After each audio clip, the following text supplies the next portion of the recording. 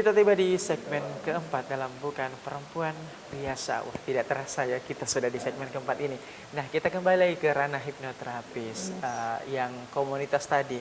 Uh, Seperti apa sih bentuk kegiatan yang tadi hipnoterapis itu dan gimana untuk yang bisa masuk itu apa memang hanya orang-orang yang berkecimpung di bidang hipnoterapis atau ada memang syarat-syarat khusus dan bahkan ketat mungkin untuk bisa masuk ke komunitas itu seperti apa mungkin?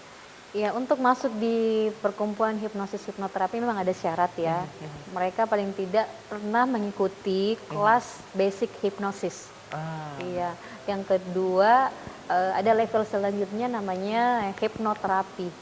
Jadi ada level 1 basic hipnosis, yang kedua hipnoterapi. Jadi kalau yang sudah pernah mengikuti ini baru bisa masuk di komunitas kami. Karena yang komunitas kami itu yang sudah mengetahui hipnosis itu apa, hipnoterapi itu apa. Betul. Karena kan stigma masyarakat terkait hipnosis itu kan cukup miring ya, negatif ya. Negatif ya. Makanya di sini kita ya memang betul-betul yang sudah memahami sehingga ketika memperkenalkan organisasi ini ya masyarakat sudah tidak terlalu negatif dengan hipnosis karena hipnosis itu kan treatmentnya atau aplikasinya itu bermacam-macam. Jadi ilmu itu netral ya, tergantung siapa yang pemakainya. Nah kita yang memakai dan untuk tujuan apa? Tujuannya apa? Nah kita memakai ilmu ini tujuannya positif. Ya beda orang yang belajar ilmunya untuk negatif, ya udah berarti tergantung. Jadi bukan hipnosisnya yang negatif ya, tetapi pelakunya.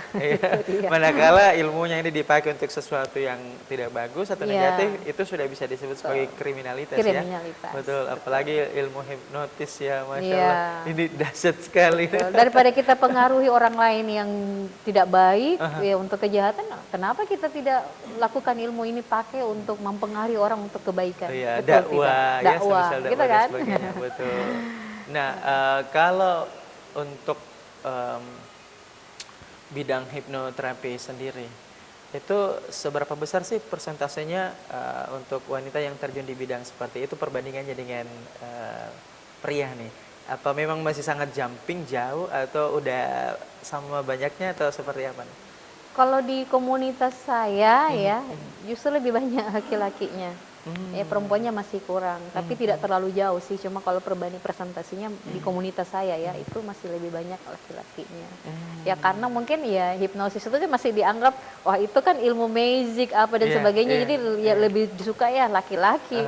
Nah, padahal di sana ada hypnoparenting, ya ada hipnoterapi yang setelah ditelusuri sangat-sangat luas ya. Iya, sangat luas ya seperti itu. Betul. Jadi hipnoterapi ini bisa membuat orang yang tidak percaya diri menjadi percaya diri, orang yang lalot bisa legit, lebih seperti kencang. itu, iya lebih kencang karena dia mengaktifkan bawah sadarnya. Ya, biasanya kan yang terpakai itu kan hanya pikiran sadarnya, konsius saja ya. Nah ini kita mau legit kan ada potensi bawah juga, sadarnya, subkonsius ya, Masya Allah. Nah, berbicara mengenai bidang pekerjaan yang Bunda lakoni saat ini dan sebagai perempuan juga dan Masya Allah berkarir setinggi-tingginya, gimana sih secara pribadi pendapat tentang perempuan, pentingnya pendidikan untuk perempuan dari masa ke masa, itu seperti apa pandangan Bunda Messi?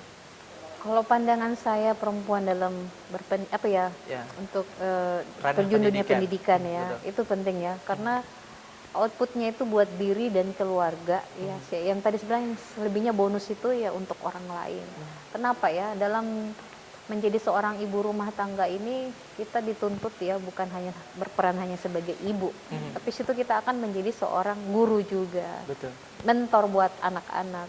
Kita juga menjadi hakim juga buat anak-anak ya ketika mereka bertengkar. Apalagi saya ibu dari 6 orang anak ya.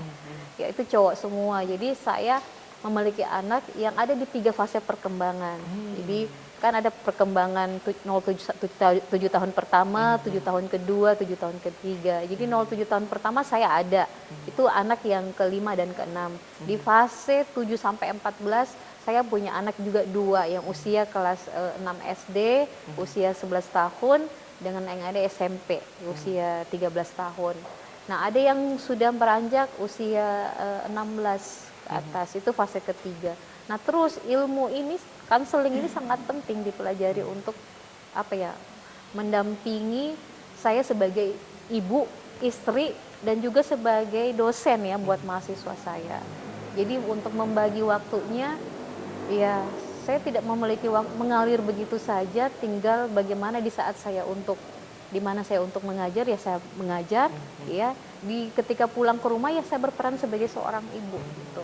Dan saya tidak artinya ketika pulang ke rumah saya berusaha menjadi quality time bersama anak-anak saya. Berarti untuk manajemen waktunya ini lebih ke kuadran saja ya, bukan ke manajemen yang timing misalnya pukul berapa, bukan, tidak, tapi lebih ke kuadran aja. Misalnya ini mendesak, ini penting, betul. ini biasa saja, ini wasting time, seperti itu ya. Betul Mungkin lebih banget. ke kuadran aja. Fleksibel Ya, betul. seperti itu. Karena kadang-kadang kan ada misalnya ini perempuan karir bahkan sangat detailnya, saking detailnya itu jamnya, hari, tanggal kan. Jadi lebih ke detail aja. Detail. Tapi sebetulnya bukan kuadran kayak gitu. Kalau kuadran kan lebih ke fleksibel aja. Bisa aja itu berubah ya kan? Betul. Apa yang kita susun secara sangat detail itu bisa berubah begitu saja. Kalau saya sebagai praktisi konselor nggak bisa seperti itu, karena biasa ada klien tiba-tiba ya, minta segera diterapi, ya sudah. Dan anak-anak mereka sudah siap. Yang penting saya bukan ke anak-anak ya, bukan masalah kuantitas, tetapi kualitas waktu. Betul. Karena banyak juga ibu-ibu yang artinya peran mereka hanya sebagai ibu rumah tangga tetapi anak-anak justru tidak mendapatkan kualitas waktu itu. Ya. Banyak. Quality time ya? Iya. Quality time. Mereka 24 jam loh sama anak, tapi mereka tidak mendapatkan, anak-anak ketika ditanya mereka tidak mendapatkan kualitas waktu. Betul. Ya, hanya sekedarnya saja. Kualitas waktu seperti apa? Kita berbicara dengan anak, face to face, kita melihat eye contact ya, kita melihat mata mereka, kita tanya apa yang mereka rasakan, itu maksud saya.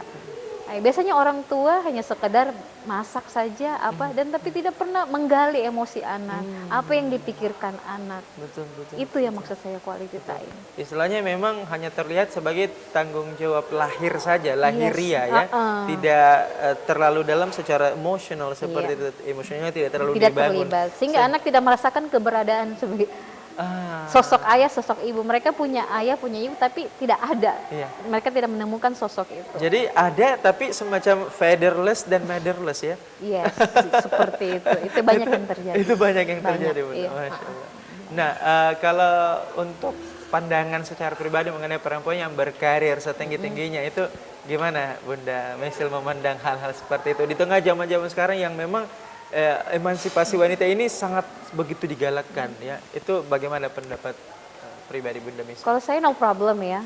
Tapi yang satu, kita mau sekolah setinggi-tingginya tidak masalah. Yang penting satu, perbaiki niat.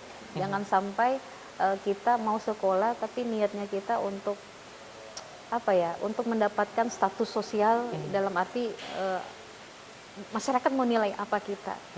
Ini pribadi saya dalam melihat. Karena memang saya ketika melanjutkan itu S1, S2, S3 itu saya selalu bertanya, ketika saya mau lanjut ini untuk apa, outputnya untuk apa. Ya, kita tahan dulu. Gitu. Ya, kita akan kembali di segmen terakhir, di segmen kelima. Tetaplah bersama kami di Bukan Perempuan Biasa on Net TV Sulsel TV Masa Kini.